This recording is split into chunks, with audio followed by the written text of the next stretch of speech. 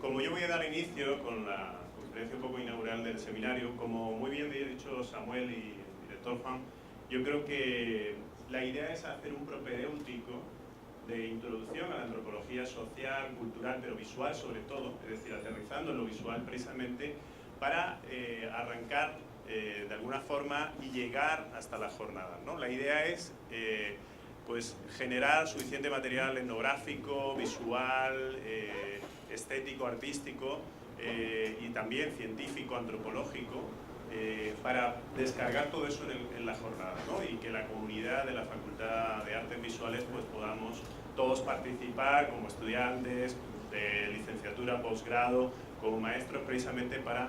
Entonces, a mí se me había ocurrido un poco hacer un inicio de recorrido antropológico un poco, de recorrido prácticamente de lo que es la antropología en sus diversas ramas diversificadas. La antropología, como ustedes saben, pues es una ciencia por excelencia que se ocupa del fenómeno de lo cultural, del fenómeno de las dinámicas culturales y sobre todo de lo social, ¿no? Fundamentalmente. Es decir, estudia o trabaja la dimensión social, jurídica, política del ser humano, ¿no? Básicamente, es decir, la raíz etimológica de la palabra antropología, anthropos, logos, ¿no? Anthropos significa hombre, logos, logía, ciencia, lenguaje, discurso, palabra, es decir, la ciencia o el discurso que versa sobre el estudio del hombre, básicamente, ¿no? La ramificación y la especialización de la antropología es abismal. Podemos hablar de antropología física, biológica, antropología forense, antropología médica, antropología filosófica, antropología política, antropología jurídica. Podemos hablar de antropología sociocultural o social o cultural también. Es decir, la ramificación es enorme que tiene la antropología. Y de alguna forma es una ciencia mater, o vamos a decir una ciencia madre, o podemos decir una república de las ciencias, en el sentido en que la antropología se conecta absolutamente con todo. Es decir, si hay algo que pueda definir a la antropología, es que la antropología básicamente está conectada con la psicología, con la sociología, con la ciencia política, con el derecho, con las artes, con la estética. Es decir, se conecta y se vincula rápidamente con todo. Esta es la virtualidad que tiene esta ciencia social.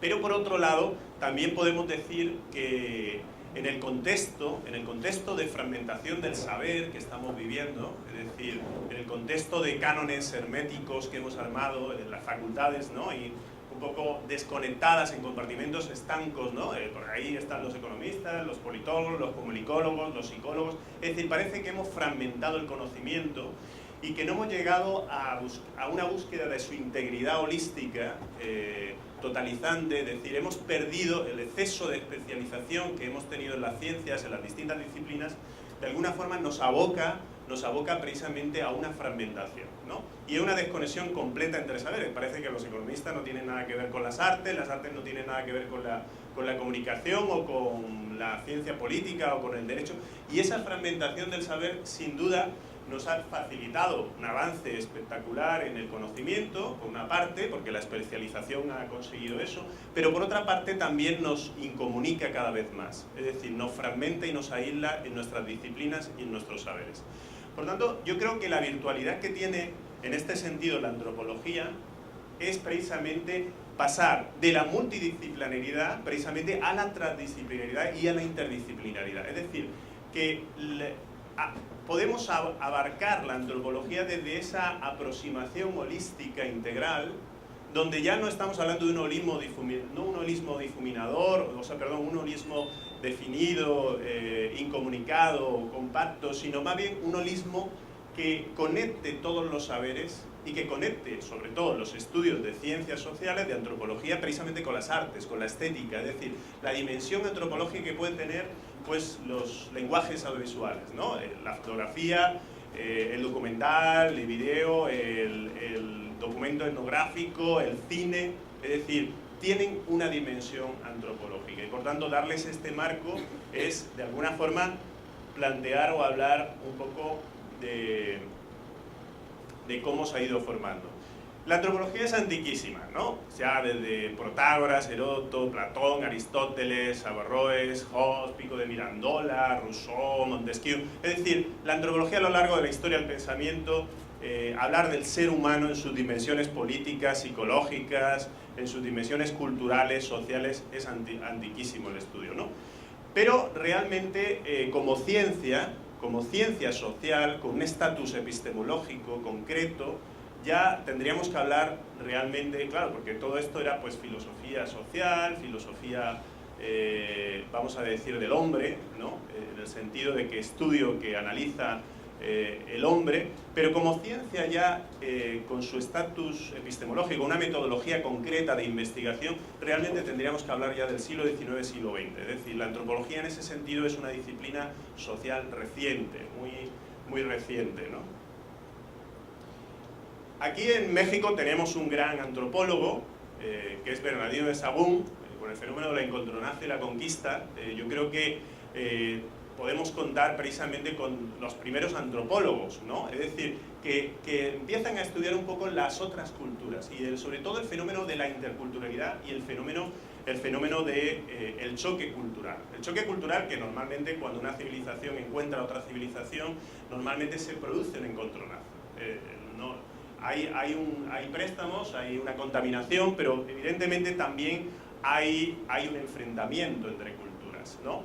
Bernardino de Sahagún, antes de que desaparecieran precisamente todos los legados de códices, fue el primero que escribió el Evangelio en lengua mexicana, por ejemplo en náhuatl, y por otra parte el Códice Florentino, que es uno de los textos antropológicos más antiguos donde se reúne precisamente todo el legado cultural de las civilizaciones precolombinas antes de que se desapareciesen de alguna forma, es decir, recoger o fue precursor un poco de este estudio etnográfico, es decir, podemos contar con una obra monumental también, La historia general de las cosas de la Nueva España, escrita en 1557, donde él realmente es fiel a un método antropológico, es fiel realmente a la documentación tanto visual, iconográfica, como escrita de acontecimientos históricos que va reflejando. Igual que Bernal del Castillo, igual que también Bartolomé de las Casas, como aquí lo tenemos, que fue un claro defensor frente a los abusos de los conquistadores y frente a los abusos de los hacendados, pues Montecasinos en Cuba y en República Dominicana sobre todo, y de las Casas, el padre Bartolomé de las Casas, pues tiene un texto magnífico que es La breve destrucción de las Indias, donde denuncia los abusos y las conquistas. El tema de los viajes y las exploraciones es evidentemente una constante en la historia. Ya Marco Polo, por ejemplo, había en el siglo XIII-XIV, en la Edad Media, había hecho ya una incursión en el mundo asiático, cuando ni siquiera los barcos españoles o portugueses podían llegar a las Indias, podían llegar a Asia. Sin embargo, ya había habido de forma terrestre exploraciones y encuentro con otras culturas, lo cual plantea siempre el tema de la curiosidad, de la exploración, de investigar que hay otras culturas, hay otras formas sociales o sociológicas distintas a la nuestra, ¿no? El problema del etnocentrismo, de que, bueno, de alguna forma nosotros analizamos el resto de las culturas desde nuestra visión cultural, ¿no? Y esto conlleva prejuicios, creencias, conlleva ídolos que tendríamos que también examinar, ¿no? Pero Marco Polo en este sentido ya fue uno de los precursores. Y también esto tiene que ver con la utilización también de imágenes, no solo de documentación etnográfica, antropológica, de cómo son esas culturas, qué contribuciones, aportaciones nos pueden hacer a nuestra cultura. Pensemos que la conexión entre Oriente y Occidente ha sido histórica y que la civilización más antigua es la civilización china, no la europea. La europea tendrá unos 3000 aproximadamente años de antigüedad, pero la civilización antigua china conoce la pólvora, conocía perfectamente la pólvora antes que los europeos. De hecho es una incorporación que se trae en el siglo XV a Europa, es decir, había ya hallazgos o había una cultura muy desarrollada en Asia mucho antes que en Europa. Es decir, aunque nosotros la visión que tengamos sigue siendo un poco eurocentrista, ¿no? En el sentido de que nuestra visión sigue siendo como, parece que Occidente, claro, en la medida en que somos occidentales, no somos orientales, ¿no? Parece que compartimos unos hallazgos comunes y unos préstamos comunes, y en ese sentido seguimos pensando como occidentales. Pero la utilización de imágenes, de dibujos, de grabados, cuando todavía la cámara fotográfica no se conocía, que de alguna forma recopilasen datos sobre costumbres, reglas de otras comunidades es antiquísima. Los intentos de exploración, evidentemente ahí están, ¿no? La expedición de Vasco de Gama, la expedición de Vespucho, la expedición de Colón, la expedición de Magallanes, de Juan Sebastián Elcano, es decir, todas las exploraciones que de alguna forma generan en el siglo XV, en 1492, un fenómeno que Victoria le llamó Communitas Orbis. Es decir, la globalización no es algo reciente, del año 70, de las telecomunicaciones digitales, la revolución cibernética. Esto es la globalización. Esto es la Communitas Orbis de la que hablaba ya Victoria en la Universidad de Salamanca en 1517. Es decir, la Communitas Orbis significa que todas las culturas del globo prácticamente están interconectadas. Es una cultura común. Hoy por hoy es una cultura ya prácticamente común, con préstamos y contrapréstamos, y que de alguna forma la influencia de esta globalización o esta globalidad de alguna forma ya está dada. Por tanto, el estudio de otras culturas diversas a la nuestra ya comienza a partir de esta fecha, de 1492. Por supuesto que había habido intentos en la Grecia, cuando los griegos o los romanos intentaban conquistar otros pueblos, pero la conquista era siempre militar y siempre anexionaban al imperio, ¿no? Siempre. Y para ellos el otro, el extranjero, es siempre un bárbaro. Es decir, frente al ciudadano romano, al ciudadano griego, el extranjero siempre sería un bárbaro, porque no tenía la propia cultura o la propia civilización. Aquí es donde ya se cuestionan precisamente esos prejuicios. Francisco de Vitoria, ya en la Universidad de Salamanca, y Bartolomé de las Casas habla del derecho habla de jus peregrinandi, jus negandi, jus commerciandi, ¿no? Es decir, el acipere, domicilio, es decir, el derecho de residencia, de circulación. Lo que estamos viendo con el problema de la inmigración, por ejemplo, que es un problema antropológico entre la frontera norte y la frontera sur, ya Francisco de Vitoria proclama los derechos naturales y los derechos humanos como derechos fundamentales. Mucho antes que la Declaración de Francia, mucho antes que la Bill of Rights, la Declaración de Independencia de los Estados Unidos. Es decir, la primera proclamación de derechos naturales, de derechos humanos, se da en la Universidad de Salamanca, en la Escuela de Salamanca. Esta es una obra maestra de Herzog, Werner Herzog, que fue asesorada por un antropólogo peruano, donde habla de Lope Aguirre, no sé si la han visto, pero es una obra maestra del cine contemporáneo y también del cine etnográfico visual. Es decir, la utilización del cine para explicar un hecho histórico ha sido constante, ¿no? Y en este caso, Lope Aguirre, su expedición fue al fracaso, se embarcó por el Amazonas, ¿no? Hernán Cortés ya había conocido toda esta zona y Núñez de Balboa había cruzado hacia el Pacífico, pero faltaba el Amazonas, faltaba el Perú, ¿no? Y Lope de Aguirre se adentró hacia el Amazonas y esa expedición se perdió, como tantas otras, buscando el dorado, buscando el oro, porque evidentemente era el fenómeno. Pero aquí hay un reflejo también, hay un reflejo de lo que básicamente es el cine. El cine, desde un punto de vista etnográfico, desde un punto de vista antropológico, sirve para testificar, documentar históricamente los acontecimientos, los hechos históricos, y también sirve como exploración para conocer de alguna forma cómo pudo ser ese fenómeno de encuentro. Como decía antes, la antropología tiene un de sus raíces en el siglo XIX, en el siglo XX, y yo voy a hacer un recorrido para que vayamos un poco familiarizándonos, ¿no?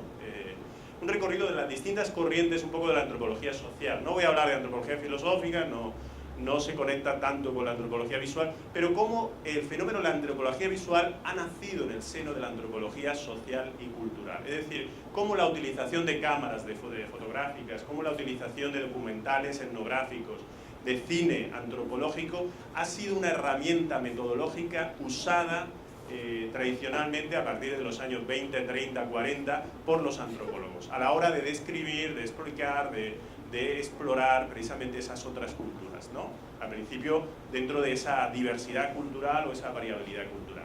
Esto fue una corriente del siglo XIX, XX prácticamente, XIX más bien, del evolucionismo lineal cultural. El evolucionismo básicamente, vamos a analizar algunas corrientes, ¿no? Así rápidamente, luego si en el ámbito de preguntas, si quieren, nos detenemos en profundizar un poco más o en preguntar o interrogar alguna cuestión que quede pendiente, ¿no? Morgan y Taylor, además el marxismo de Marx y Engels lo incorporan muy bien, este materialismo evolucionista unilateral también, lo copian literalmente, pensaban que las culturas, las civilizaciones pasan por tres estados, ¿no? Las culturas, básicamente los pueblos, pasan por un estado de salvajismo, de barbarie y de civilización.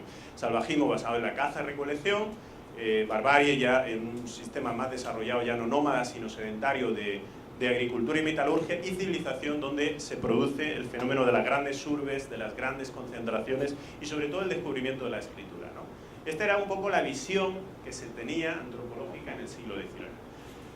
¿Virtudes del evolucionismo? Bueno, las virtudes es poder narrar históricamente cómo han evolucionado las culturas, es decir, una explicación causal, científica, en base a la ley causalidad científica, causa-efecto, hay un efecto que viene provocado por una causa, esa es una virtualidad del evolucionismo.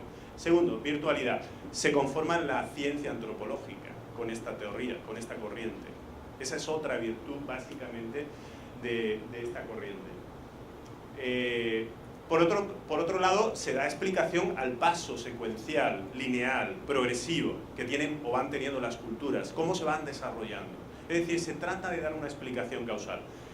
Y las críticas que podemos hacer a esta corriente podrían ser en el sentido de, bueno, pues se establece una única dirección secuencial cuando pueden existir otras direcciones, no necesariamente se tiene que pasar de forma determinada o prefijada por esa secuencia, esa sería una buena crítica. Segundo, la visión etnocéntrica, ¿por qué la civilización que descubre la escritura o la metalurgia o tiene un avance tecnológico va a ser superior a otras culturas? ¿Por qué?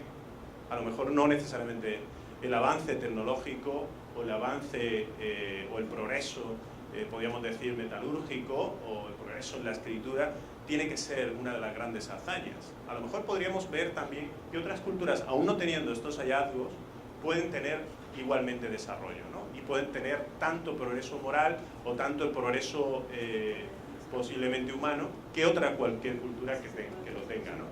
Y por otra parte, entonces, en este sentido podríamos decir visión etnocéntrica o visión eurocéntrica. Estas serían las secuencias: salvajismo, barbarie, civilización. Y estas serían un poco las críticas que podríamos decir al evolucionismo, ¿no? Críticas como visión racista o racial del evolucionismo, porque lo cultural está vinculado también a lo racial. Por otra parte, visión etnocéntrica, de pensar que la civilización europea es evidentemente superior a otras civilizaciones. Esa sería otra crítica que se puede hacer al evolucionismo. Y por otra parte, todo el fenómeno del imperialismo y la colonización del siglo XIX y XX, ¿no? Europa se repartió a África y Asia, ¿no? América ya la había hecho, pero con Estados Unidos, con la doctrina Monroe, si ustedes saben, ¿se acuerdan? Dijo América para los americanos. ¿Quiénes son los americanos? Nosotros. Nosotros nos quedamos con América y vamos a intervenir el resto de países, ¿no? Y vamos a expulsar a los europeos, ¿no? Habían expulsado a los franceses, a los ingleses, a los portugueses, quedaban los españoles con la guerra que tiene lugar en 1898 entre Estados Unidos y España, donde le quitan Puerto Rico, Filipinas y Cuba, las tres últimas colonias que tenía España en territorio americano, y a partir de ahí dicen, América es nuestra, nosotros somos América, América es para nosotros, ¿no? Y entonces se produce el fenómeno de que los europeos, puesto que ya no pueden controlar América, se dedican a controlar Asia y África, ¿no? Es decir, a intervenir de alguna forma. Esto genera toda una serie de visiones también lineales y etnocéntricas, ¿no? Aquí podemos ver el tema de la fotografía, el tema del racismo, que está ligado también a la corriente del evolucionismo, y el evolucionismo también, como no, está vinculado a lo que va a ser el positivismo, ¿no? Es decir, esta visión de que tenemos que partir por tres etapas o tres estadios, una etapa religiosa, luego una etapa metafísica y por fin una etapa científica, ¿no?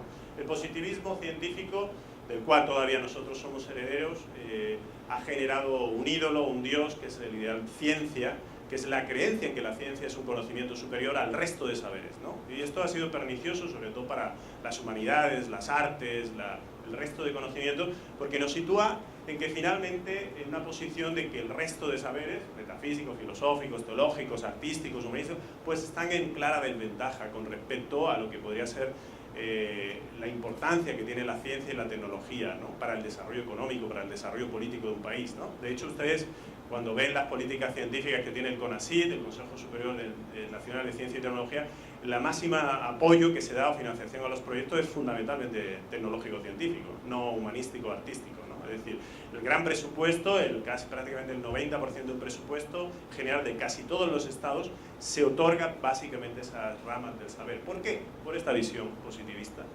Y esto es la creencia, no, cuidado, el avance de que la ciencia evidentemente produce un conocimiento positivo, un conocimiento que ayuda a mejorar la humanidad, sino la creencia en que la ciencia tiene la solución de todas las cosas. Hasta hay una religión, ¿no?, la cientista, ¿no? Hay una religión y todo en torno a la ciencia, ¿no? Pues no hace falta que exista una religión, ya en sí la hemos constituido como un Dios, ¿no? Es decir, ya en sí la adoramos y la idolatramos, ¿no? Cuando yo digo la antropología es una ciencia, parece que ya tiene un estatus. Ahora, si digo la antropología, pues es un discurso todavía en búsqueda de sí mismo, pues ya no tiene tanta importancia, ¿no? O sea, ya parece que el apelativo científico le da. Hay una película que explica un poco el evolucionismo, que es Fitzcarraldo, es una también actúa Klaus Kinski, es Werner Herzog, está apoyada en un estudio antropológico visual de un tipo lunático europeo que llega a Iquitos, a Perú, y que quiere llevar la ópera a un pueblo perdido en el Amazonas del Perú, ¿no? Y entonces diseña todo un sistema de navegación. Claro, los barcos tienen que, pues, pasar por zonas tortuosas precisamente para llevar realmente la ópera a lo que es ese pueblo, ¿no? Es una visión curiosa, pero está basada en un hecho real que parte de esa idea, ¿no?, eurocéntrica de cómo de alguna forma hay que generar frente a pueblos que todavía no están desarrollados, podríamos decir, desde esa visión evolucionista, ¿no?, y positivista, pues hay que llevarles el saber, ¿no?, hay que llevarles la cultura, el arte, ¿no? Entonces, el cine etnográfico, antropológico, y bueno, en esto César Bianco fue un asesor peruano en los años 70 que asesoró a Herzog como director de estas películas, la de La cólera de Dios de Aguirre y esta de Fitzcarraldo, ¿no? En ambas películas lo asesoró, pero el cine construye imaginarios socioculturales y paradigmas y sistemas de ideas, creencias que nos pueden ayudar a interpretar la realidad. El cine en sí es una mirada antropológica, es una mirada etnográfica que nos ayuda a ubicarnos, a situarnos en un contexto histórico específico para comprender el sistema de creencias, el sistema de ideas, la mentalidad, los hábitos que realmente existen, ¿no? En este sentido, el cine ha venido acompañado, así como el documental etnográfico, así como la fotografía, ha venido acompañando la antropología sociocultural. Claro, estamos hablando de los años 70, pero realmente fue Klaus Kinski y César Bianco, ¿no?, de donde hace un estudio en el Amazonas peruano, en la selva peruana.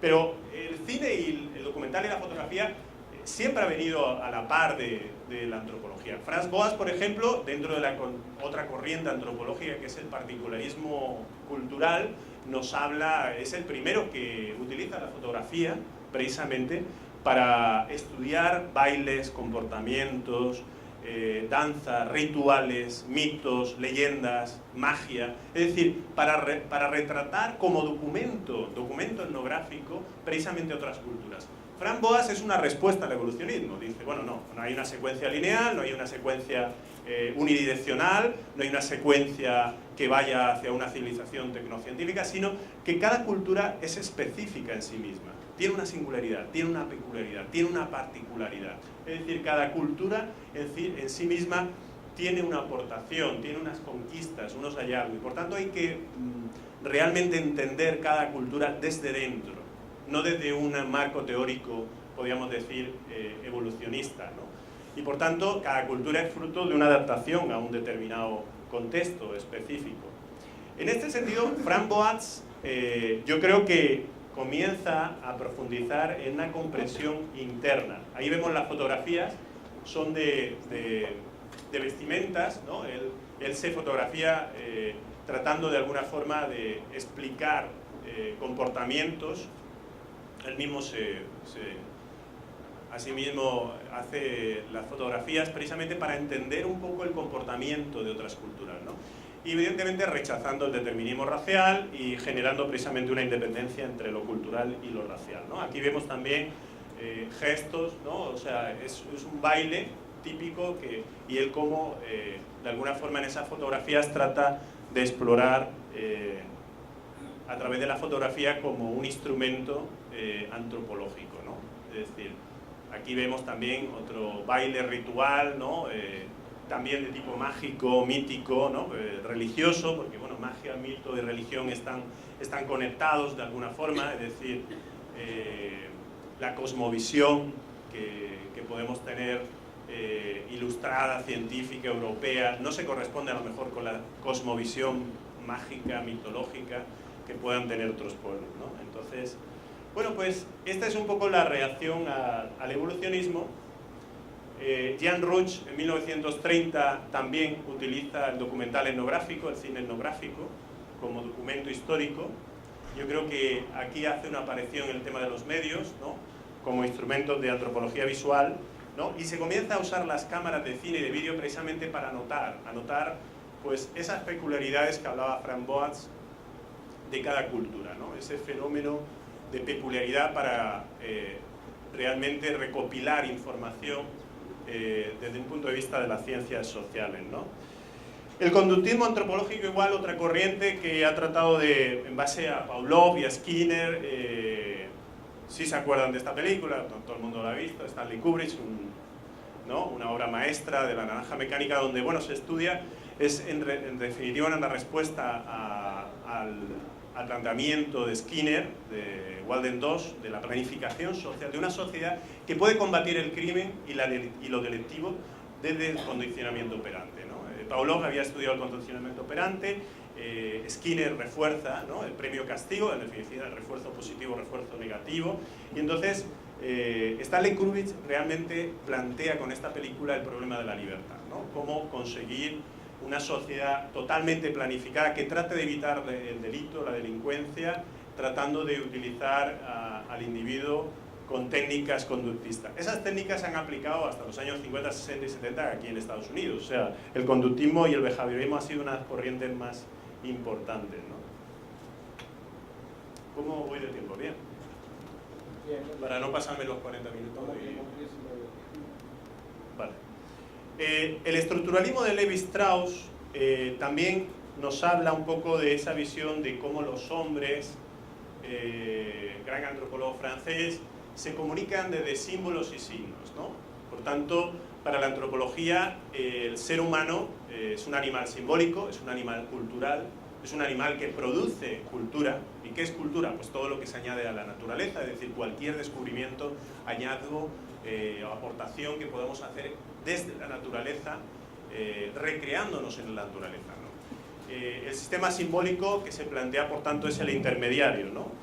Y para Lévi-Strauss, básicamente, también hace una crítica desde su humanismo etnológico, universalista y multicultural a la visión prejuiciosa de que hay culturas primitivas, ¿no? De que hay otras culturas diferentes a la nuestra que son culturas primitivas, ¿no? Y comienza a hacer una autocrítica de la idea de progreso, esa idea de evolucionismo secuencial que habíamos visto antes.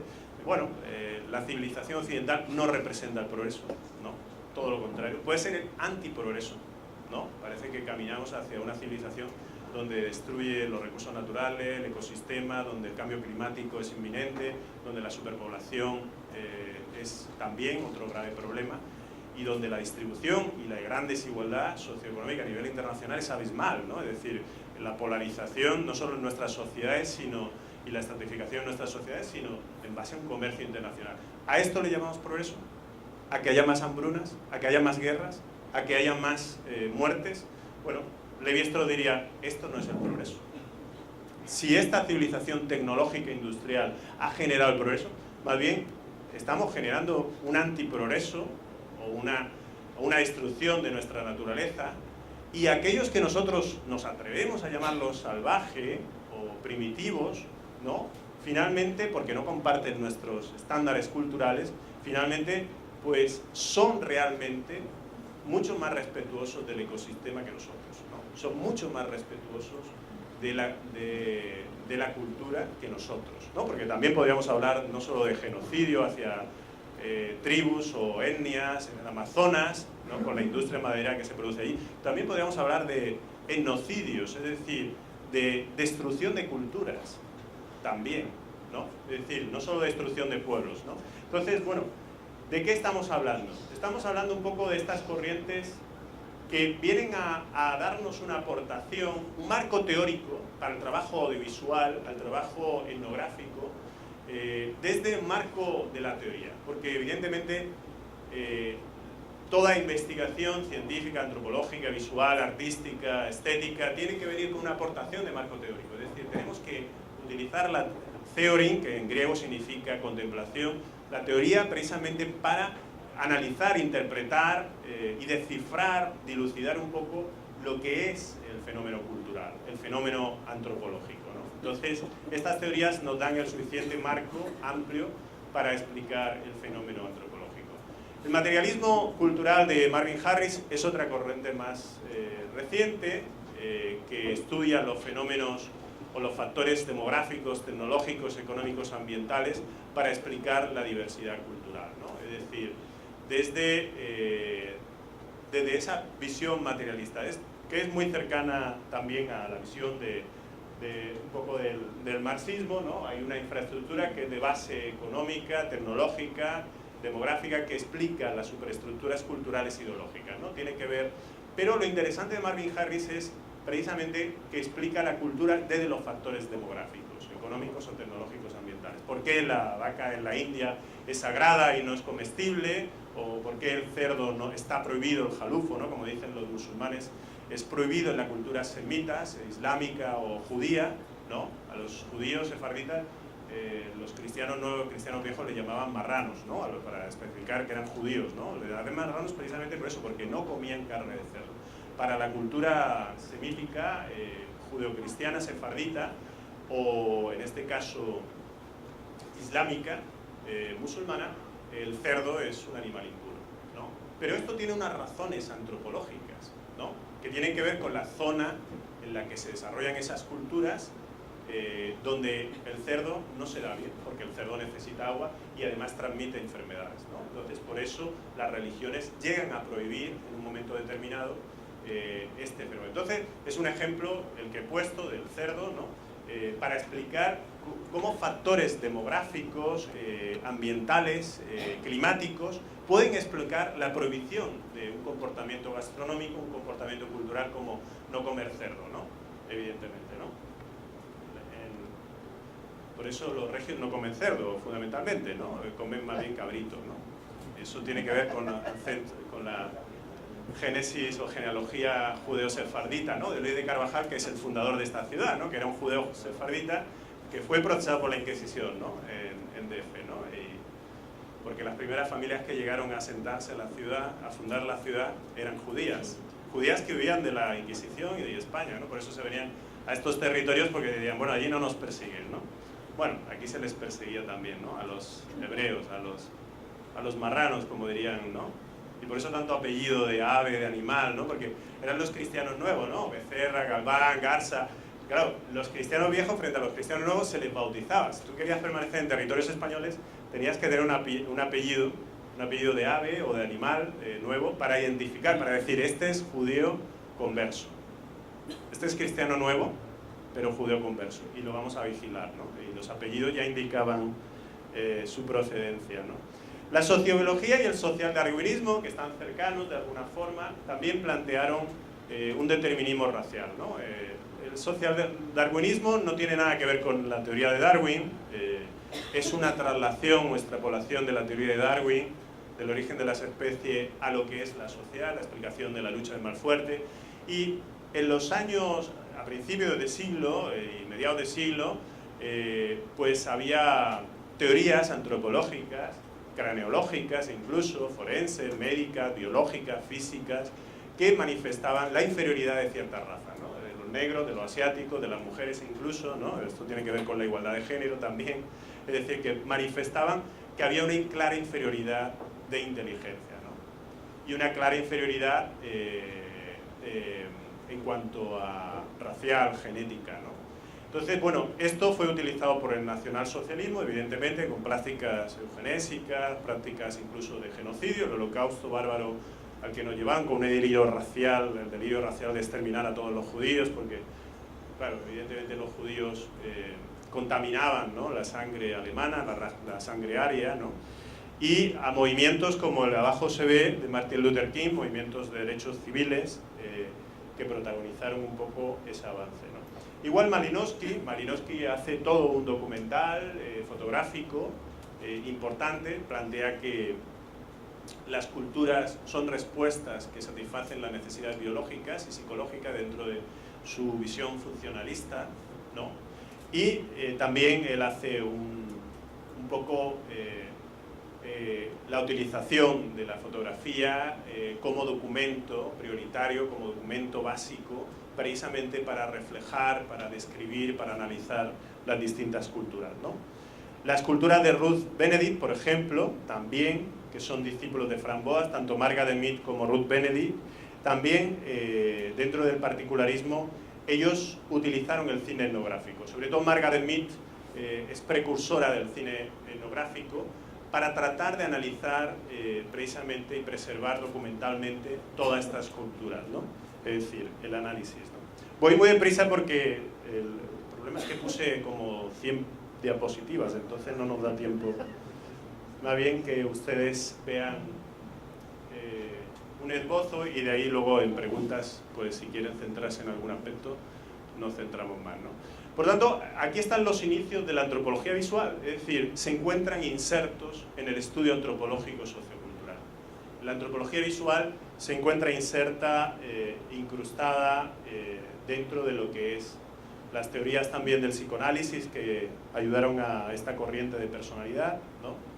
Y el neoevolucionismo. Con esto llegamos, yo creo que a corrientes más actuales que ya comienzan a hablar ya no de una antropología sociocultural, sino también de antropología urbana, es decir, antropología de las urbes, de las grandes ciudades, como grandes creaciones culturales del ser humano, ¿no? Es decir, las grandes metrópolis, ¿no?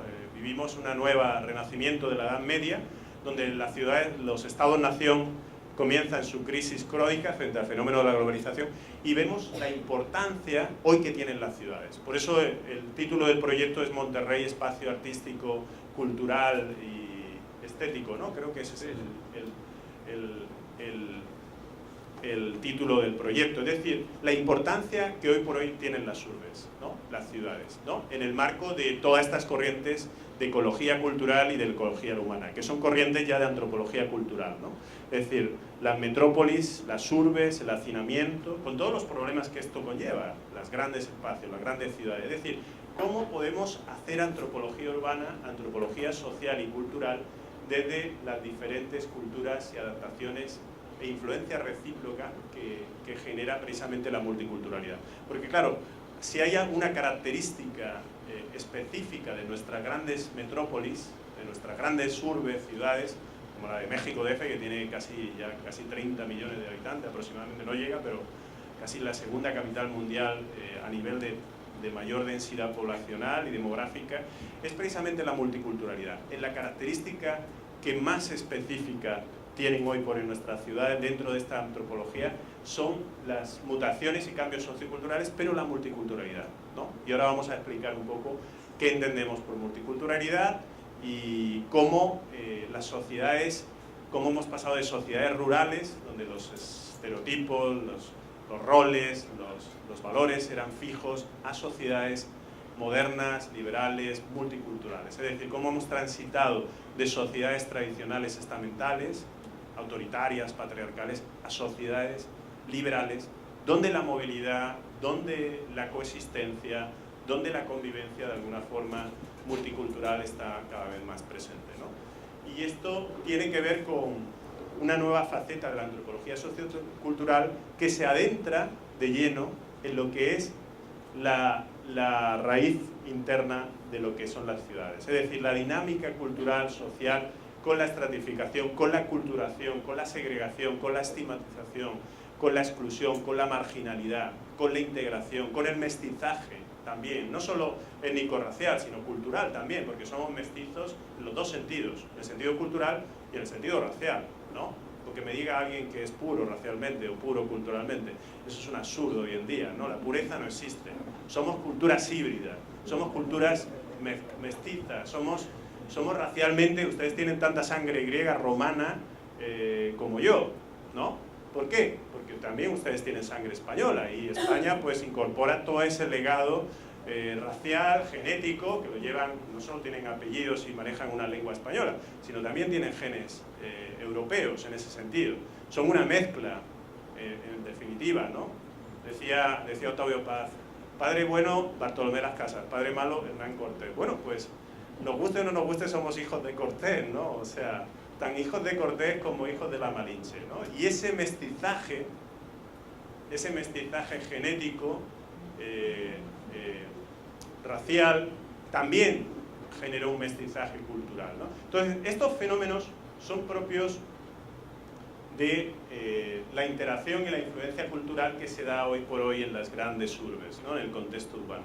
Por tanto, la etnografía va a ser al interior de las instituciones y va a ser en el contexto ya urbano, en una gran metrópoli como es Monterrey, que es una de las ciudades, ¿no? Entonces, bueno, ¿qué problemas encontramos en Monterrey? Aquí ya nos podríamos abocar a hacer antropología social visual desde, bueno, qué posiciones de conflicto, de barrios, de viviendas, de planificación urbana, de planificación medioambiental, de políticas viales, ¿no? En el caos circulatorio vial que tenemos en Monterrey. Es decir, ¿qué se puede hacer desde las artes, desde la estética, desde los lenguajes audiovisuales precisamente para abocarnos a la ciudad, para estudiar la ciudad, para tratar de desentramar y descifrar todo ese movimiento que hay interno en nuestra propia ciudad, ¿no? Y que sería realmente lo más cercano a nosotros. Los temas de ecología también, que son corrientes, ¿no? Parque Fundidora, como desarrollo histórico-cultural, ¿no? Evidentemente marca un hito, es un ícono en la ciudad, porque ejemplifica el gran desarrollo que tuvo Monterrey. Monterrey como ciudad históricamente no era más importante Linares, ¿no? Que tenía archidiócesis y tenía obispo. Esto era una pedanía. ¿Sabes lo que es una pedanía, no? Una pequeña aldea pequeña. O sea, Monterrey históricamente nunca fue importante. Fue más importante Saltillo o Linares.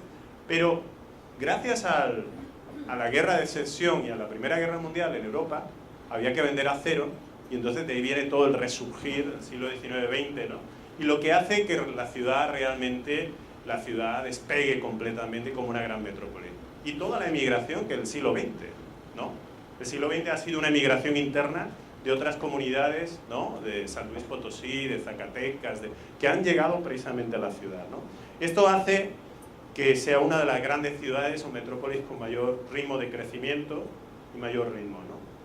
Y bueno, el papel que ocupa la tecnología también en ese contexto, sociedades tecnológicas.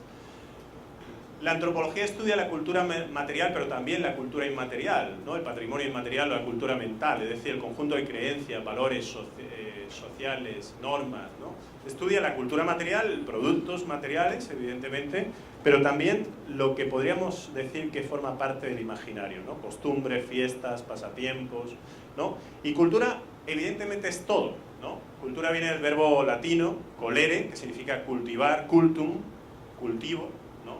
De ahí viene agricultura, ¿no? Al igual que cultivamos un campo, pues también tendríamos que, desde una cultura ilustrada, científica, cultivar nuestras mentes, cultivar nuestra inteligencia, ¿no?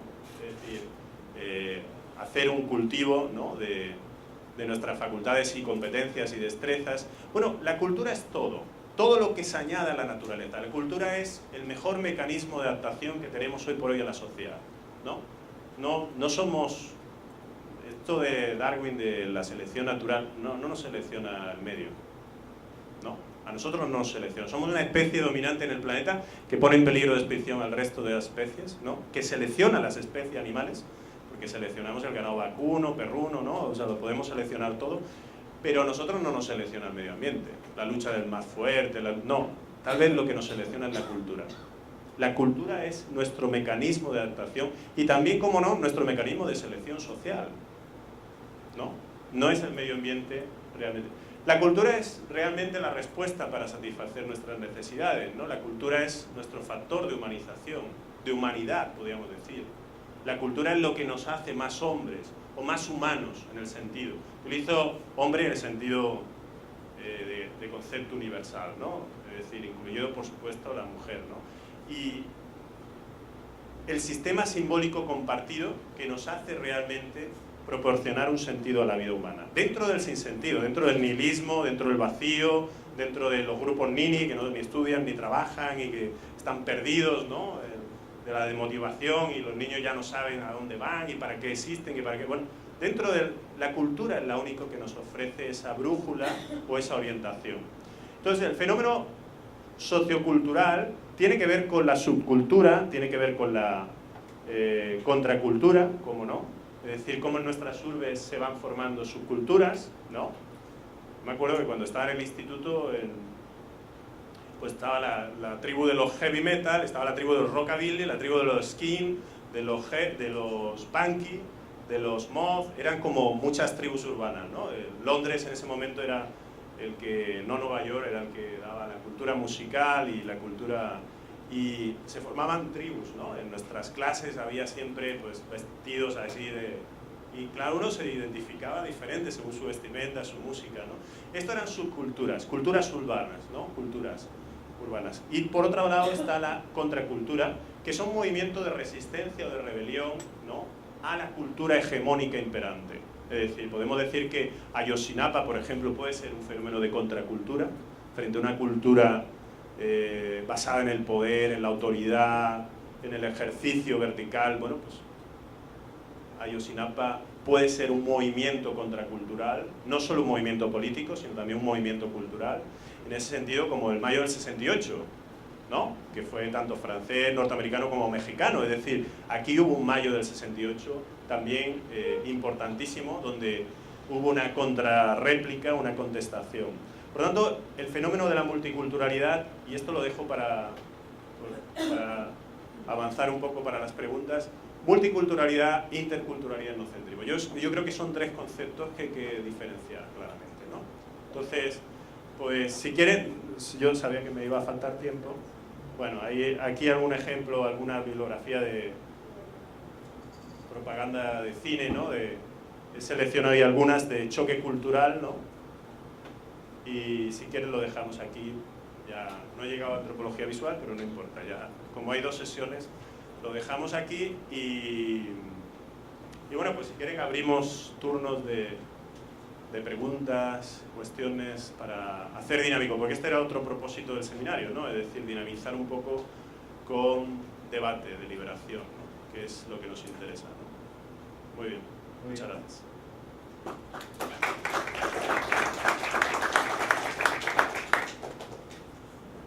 Bueno, pues ustedes dirán. Gracias, Rafita. Rafa, la verdad es que creo que abrió muy bien el panorama de lo que nos interesa ir abordando en temas. No sé si haya por ahí comentarios, temas que quieran ustedes ampliar, preguntas en particular. Aprovechemos que estamos en un espacio cerrado y hay manera de poder abrirlo. Ustedes dirán. Si no, sigo, ¿Sí? ¿Quieren que siga? Te dejamos seguir, pues. Sí, no, pero no hay ninguna cuestión, no hay... Aquí, sí. Por ejemplo, yo trabajando algún tiempo ¿Quién te está grabando? con una teórica estadounidense que se llama Sarah Pink, y es como ella define ¿cómo se llama? Su metodología de trabajo como etnografía visual. Entonces, y por ejemplo, habemos muchos aquí en la facultad que trabajamos un poco como en ese sentido, que era lo que te platicaba hace un momento. ¿Qué sería la diferencia entre una etnografía visual y la antropología visual? O si es parte, o sea, una parte más general, la antropología, ¿cómo sería eso?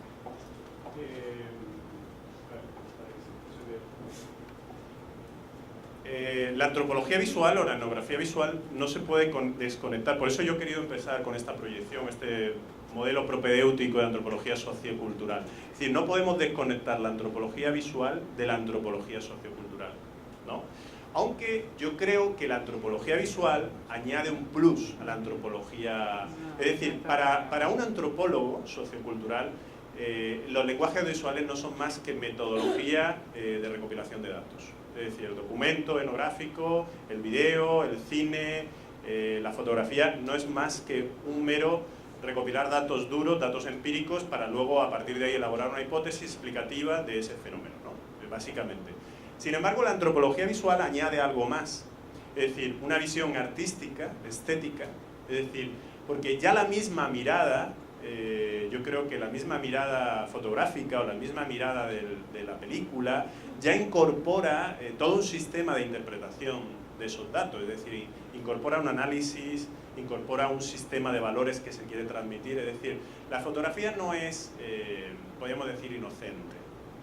La mirada no es inocente, la mirada es intencional, y cuando es intencional ya está incorporado. Si yo les pongo aquí, por ejemplo, a Sebastián Salgado, ¿no?, las fotografías del Amazonas, de las minas estas, creo que son de oro, de plata, no sé, y vemos las fotografías, esas fotografías ya incorporan una interpretación, ya conllevan en sí mismo una interpretación. Entonces, la antropología visual tiene que navegar en ambos sentidos, en ambos elementos. Elemento sociocultural, elemento antropológico por excelencia, pero también elemento visual, el elemento que realmente conlleva estos nuevos lenguajes, ¿no? Y con el plus o el añadido de que hay una mirada estética artística también, de fondo, de que no es un mero documento histórico, etnográfico, recopilatorio, sino que además ese documento, esa fotografía o ese video o ese cine está añadiendo una interpretación, una cosmovisión. Entonces, ese es el plus que puede añadir la antropología visual. Para un antropólogo, para el Instituto de Antropología de la UNAM, por ejemplo, el Centro de Documentación Visual no es más que puro metodología para estudiar las subculturas o para estudiar las culturas ancestrales o para estudiar los restos prehistóricos, arqueológicos, ¿no?, y fotografiarlos, recopilarlos, pero para nosotros yo creo que podría haber un plus, pero eso siempre cuando naveguemos, repito, entre los dos polos, porque no es el arte por el arte, no es la fotografía por la fotografía, tú tienes que darle el contenido antropológico, el contenido de análisis cultural, el contenido de análisis sociológico, análisis antropológico, ¿no? Y ese es el plus que se le puede añadir, ¿no? Entonces, por ahí iría un poco el intento este de, bueno, abocar nuestro trabajo que ya ustedes están desarrollando, que ya es avanzado, hacia elementos realmente que tengan que ver con estas teorías antropológicas, estas teorías para transmitir evidentemente el contenido, el mensaje, ¿no? Yo creo que un poco, ¿no? Por ahí deberá de... Por ahí, sí, por ahí se está desarrollando. La antropología visual tiene 20-30 años, es muy reciente, o sea, es de las ciencias, aunque ya se hacía en los años 30, pero se hacía desde un punto de vista más antropológico sociocultural, ¿no? Ahora están surgiendo estos estudios en todas las universidades, ya comienzan a diseñarse departamentos, y bueno, la idea es que podamos ir confluyendo de investigaciones hacia ese sentido. Pero esto último que mencionas es sustancial para nosotros, no es un asunto nada más del registro, ni es un asunto nada más de la construcción a través del medio, ¿no?, sino esta aplicación de mirada y esta revisión o estética sobre lo que tenemos, sobre el medio que utilizamos, ya sea el graffiti, la pintura, la fotografía, el cine, cualquiera de estos medios visuales o audiovisuales que utilicemos.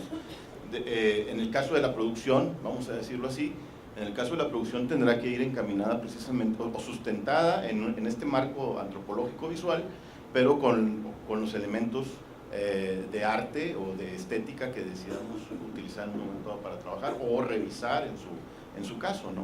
O sea, pues, esto último que mencionas creo que no es el un poco irá por ahí, sino más bien por ahí deberá de ir esto, ¿no? Por ahí tiene que ir. Sí, por ejemplo, no podríamos entender el fenómeno de Basquiat y el éxito que ha tenido Basquiat si no viéramos toda la cultura, toda la crítica cultural a la cultura de consumo ostentosa. O sea, el mensaje de Basquiat con el graffiti se ha hecho un éxito internacional, es antropológico, es sociológico, o sea, hay una crítica cultural, hay una crítica ideológica, a una ideología hegemónica que es mundial, ¿no? Entonces, por aquí. Bueno, bien has dicho acerca de cómo la antropología está relacionada con todos los ámbitos, ¿no? Y creo que en esta multidisciplinariedad, por ejemplo, en el caso nuestro, estamos conjugados gente de diferentes áreas. O sea, gente que tú no puedes tener percepción de algo si tú no tienes la experiencia de, o sea, para poder analizar un medio urbano o una arquitectura o cómo se ha expresado, pues necesitas estar en el ámbito de la arquitectura, no nada más es empírico, por así decirlo. Si estás en el área de las artes, pues tendrás que tener también una práctica artística de mirada, ¿no? Si estás en el cine, etc. Muy bien has dicho que te faltó la parte de la tecnología, la digital, que también para nosotros sería muy importante porque tenemos también un área de diseño gráfico, ¿no? Aquí tenemos una licenciatura y creo que esto es muy importante para los maestros que trabajamos, por ejemplo, la parte estética, ver cómo se expresa esa imagen también de antropología visual en la mercadotecnia del diseño. Porque cuando analizamos todas estas imágenes de mercado, de lo que se quiere vender, de bancos, de tiendas, etcétera, estamos viendo también toda una ideología que, como bien comentas, ya es una ideología global que hemos asumido con imágenes pues de Japón, de Inglaterra, de Francia, y las tenemos que interpretar desde, porque a veces hacemos diseños que no van de acuerdo a la persona que está recibiendo el mensaje. Entonces creo que estaría bien que también se integrara la gente de esta parte, de la parte de producción digital, de la producción tecnológica. Y pues es interesante porque aquí hay diferentes niveles de maestros. Hay maestros desde la base, desde aprender antropología desde lo básico, hasta poder ya tener escritos sobre antropología visual, como las maestrías que hay ahorita ya en Sudamérica, ¿no? Creo que sí es importante y bueno, como dices tú, pues es muy amplio, o sea, tú te puedes echar aquí un semestre nada más dando una introducción a la antropología visual, ¿no? Entonces está muy interesante todo esto. Hola, buenos días. A ver, dices que de los años 30 más o menos empieza la antropología visual. Quiero tomar de ejemplo, por ejemplo, las películas de Charles Chaplin, que ya empezaba ya con eso. O sea, era una duda que tenía solo. Ya está. Bueno, ¿Cómo lo manejaba? Él ya criticaba toda la sociedad, lo industrial y todo eso. ¿Eso se podía también tomar como antropología visual? Bueno, eso no sería propiamente antropología visual, pero sí hay una crítica a la sociedad moderna. Por ejemplo, en tiempos modernos o en El dictador, son clásicos de Charlie Chaplin, sí hay evidentemente una visión estética, artística y también una dimensión política, de crítica cultural, de crítica social y crítica política, ¿no? O sea, ese cine es un cine que está ligado a una dimensión tanto política y también, podríamos decir, antropológica, en el sentido de que ya Charlie Chaplin estaba vaticinando o preconizando lo que era una sociedad industrial, la mecanización, la alienación laboral, ¿no? Es una de las grandes películas de tiempos modernos donde aparece el obrero industrial, ¿no? Que diseña y manufactura la producción. Claro, es una revolución industrial ya pasada para nosotros, del siglo XIX, principios del XX, pero porque estaríamos ante otra nueva revolución digital, tecnológica, totalmente distinta, pero hay una crítica, ¿no? Y podemos decir que es una crítica desde una antropología más bien política, una antropología o una crítica ideológica a la mecanización y a la industrialización de la sociedad, en esas películas, ¿no? Pero no es documento etnográfico. Bueno, a lo mejor dentro de 2 siglos sí va a ser documento etnográfico, porque claro, la revolución industrial es un acontecimiento y es un documento, o sea, es una obra de arte estética y a la vez antropológica.